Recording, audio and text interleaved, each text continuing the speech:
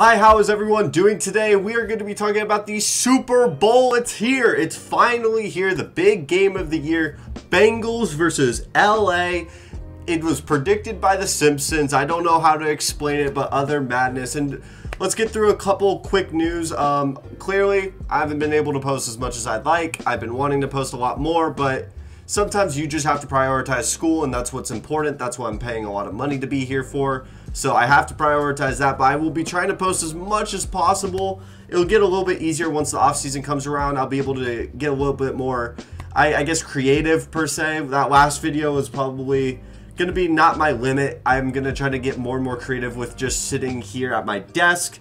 But with that being said, let's get right into the Super Bowl preview. And we got to look at X factors. I'm going to give you my predictions towards the end of the video, plus who I think is going to win the Super Bowl MVP. It is not betting advice. I want to make that very clear. I live in Texas.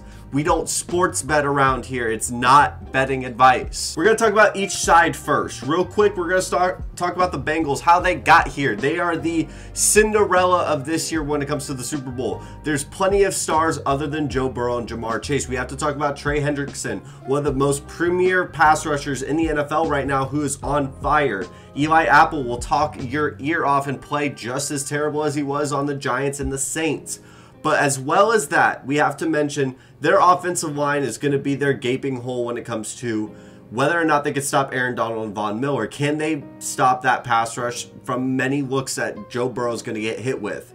I think the name of the game is trying to get the ball in Joe Mixon's hand as fast as possible. Joe Mixon, when he gets free space and he's out in the field on swing passes, he's electric. He can make plays as much as he can. He can probably get 5 to 10 yards per pass.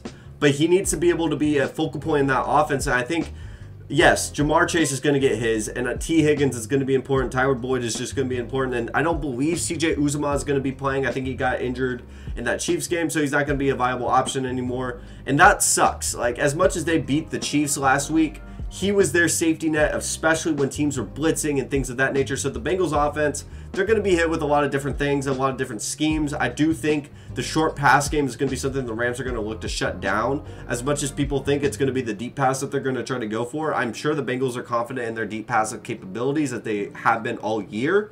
But as well as that, they're going to have to probably play a short game and try to see if Joe Burrow has the maturity to be able to dink and dunk the entire game and try to get points. And obviously, they're going to take the field goals when they need to. And we've clearly seen throughout this playoffs that field goals are very important. That's what's going to make the difference in the games. And analytics, go screw yourself, honestly, because not always going for it on fourth down is the best viable option. Now, there's definitely opportunities where you go for it. I'm looking at you, Josh McDaniels. But at the other turn point of it, Evan McPherson, he's a X factor for obvious reasons. He's the guy that's gotten there. He's not the sole reason that they're there, but he has definitely been a huge help to the Bengals offense. Now let's flip on the Rams offense. Obviously, there's a lot of star power here. We have OBJ making his first Super Bowl appearance, Cooper Kupp. You have Matt Stafford making his first Super Bowl appearance. There's going to be a lot of nerves probably flowing through these guys' veins. And I would be very careful if I'm Sean McVay to just let the cannon fire early on. This is a opportunistic defense from the Bengals.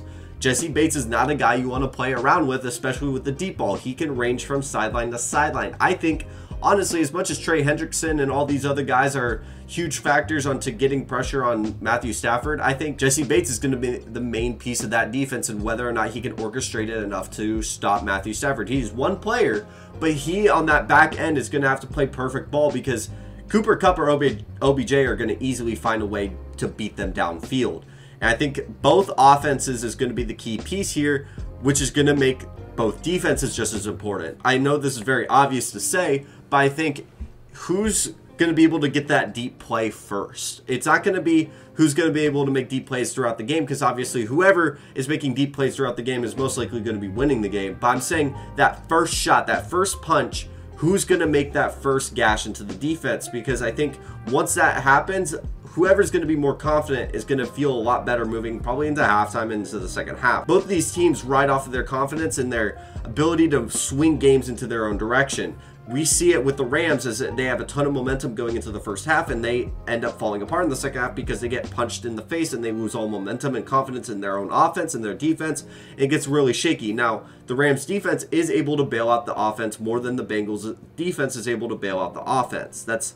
I know that was kind of a lot to say all in one take, but I'm just saying, like, The Rams defense is just so much more star-studded that they are able to fix the mistakes on the offense. That's why Matthew Stafford in the regular season was so able to throw those picks, and they're still in a lot of those games without really getting blown out from time to time. Well, if Joe Burrow has an off game, or the Bengals defense is just letting open tons of gashes and not making stops like they did against the Chiefs, like they did against the Titans multiple times. And I think the Bengals are obviously the hottest team moving into the NFL, but they are also going against a team that's very much like them in the Rams. So this is what's going to make this different between both teams. They haven't played each other before. Bengals played the Chiefs in the previous week, and so did the Rams against the 49ers. Both of these teams are going to probably have a couple trick plays and try to see and test the waters. I wouldn't be surprised if this first quarter ended up being 0-0. I would not be surprised if not a lot of points were scored, as maybe a couple 3-and-outs to start the game. I'm not going to predict the entire game, but I'm just kind of seeing, as a lot of times when you have these two high-powered offenses go into the Super Bowl, things slow down because both offenses don't really want to be the one to make that first mistake. And usually when it comes to the Super Bowl, I'm going to look for whoever's going to make that first mistake. And I guess you could call that first deep shot the mistake, but I think whoever's going to get that first 20-yard gain or 30-yard deep shot, that's going to break open the offense and allow for a lot more creativity, as I think Sean McVay is going to probably be a little bit conservative to start off. I would not think he's going to come out guns blazing, and nor do I think Zach Taylor will.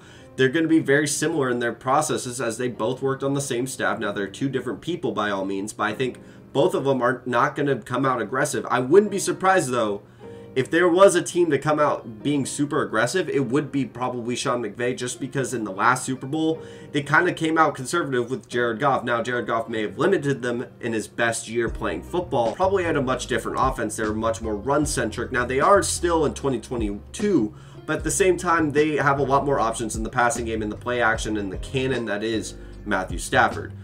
But with all that being said, and all these things happening, and all these factors playing into it, and the fact that it's in LA probably doesn't give them a huge home field advantage, as we saw with the 49ers game, I think my Super Bowl pick that I made in a couple weeks ago, I still have the LA Rams winning this. I want Joe Burrow and the Bengals to win this. I want them to break my heart and break my pick, but I have stuck with this pick since beginning of November. I still believe that the LA Rams are the team of destiny, and this just feels like a game that they would win. It feels like a game that they should win, and they don't. It's a huge disappointment to this team, and I don't really know how you would restructure in the offseason with all the contracts that are up in the air, but that's another video for another day. The Rams should win this game. I'm not going to come out here and say, oh, I think the Bengals will win because of yada, yada, yada. I don't think they'll win. I don't think they would have won in the past couple weeks, but they have surprised me each time.